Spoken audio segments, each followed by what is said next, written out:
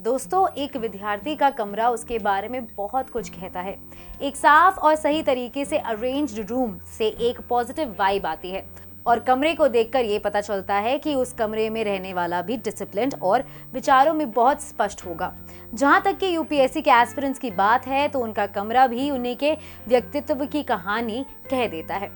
ये सब सुनकर आपके मन में भी ये कौतूहल उठ रहा होगा कि आखिर यूपीएससी एस्पिरेंट्स का कमरा कैसा होता है। नमस्कार, स्वागत है आपका प्रभात एग्जाम के यूट्यूब चैनल पर। ये एक ऐसा प्लेटफॉर्म है जहां आपको मिलती है सभी कॉम्पिटिटिव एग्जाम से जुड़ी महत्वपूर्ण जानकारियां जो आपकी किसी भी एग्जाम में सफल होने में काफी मदद कर सकती है। अगर आप हमारे यूट्यूब चैनल पर पहली बार आए हैं तो हमें लाइक और सब्सक्राइब जरूर करें और हमारे लेटेस्ट वीडियोस और अपडेट्स सबसे पहले आप तक पहुंचे, इसके लिए बेल आइकन को भी प्रेस करना ना भूलें। तो आइए शुरुआत करते हैं आज के वीडियो की, जो है जानिए कि यूपीएससी के विद्यार्थी का कमरा कैसा होता है।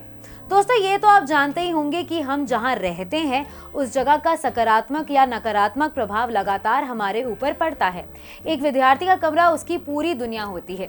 अपने दिन का 3/4 हिस्सा वो अपने कमरे में गुजारता है और ऐसे में उसके रहने का तरीका उसके व्यक्तित्व को प्रभावित करता है।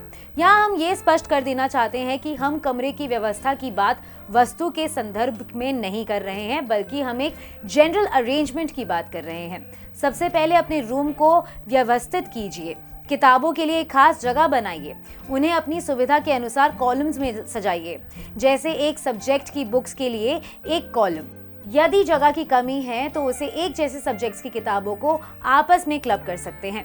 अगर आपके कमरे में बुक शेल्फ है तो उसे खुद अरेंज कीजिए। फिर कमरे में एक जगह तय कीजिए जहां आप पढ़ाई करेंगे।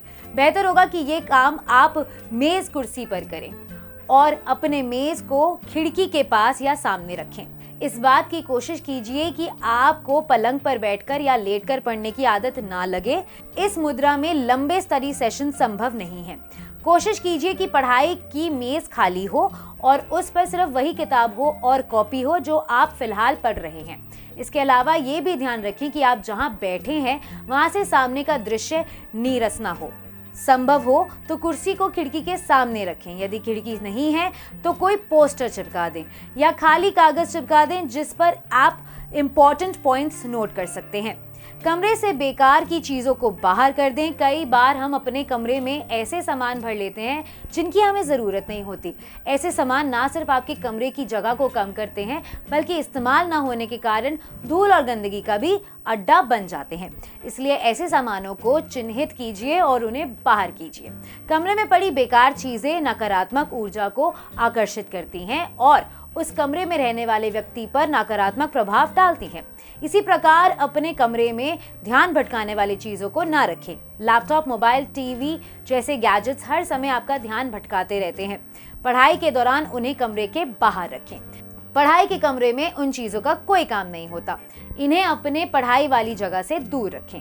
कमरे में हमेशा साफ सफाई रखें। गंदगी और अव्यवस्था सिर्फ नेगेटिव एनर्जी को अट्रैक्ट करती है। साथ ही थोड़े थोड़े समय पर कमरे में रखे सामानों जैसे कि मेज, कुर्सी, पलंग इत्यादि की जगह को बदलते रहें। इससे नीरसता दूर होगी। दोस्तों, उम्मीद है कि इस वीडियो को देखकर आपको भी अपने कमरे को व्यवस्थित करने के टिप्स मिल गए होंगे। अगर आपको हमारा ये वीडियो पसंद आया है तो इसे अपने दोस्तों के साथ जरूर शेयर करें और अगर आपके पास हमारे लिए कोई सवाल हुए तो उसे कमेंट में लिखकर हमें जरूर बताएं। जल्द ही आपसे फिर मुलाकात होगी एक नए टॉपिक पर एक नए वीडियो के साथ। देखते रहिए प्रभात एग्जाम्स। नमस्कार।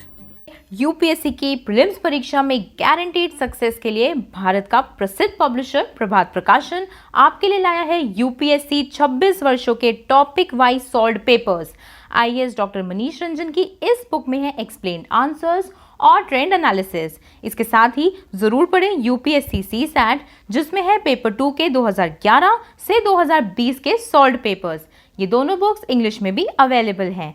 आज ही ऑर्डर करें ऑनलाइन अमेजॉन या फ्लिपकार्ट से और क्रैक करें यूपीएससी एग्जाम।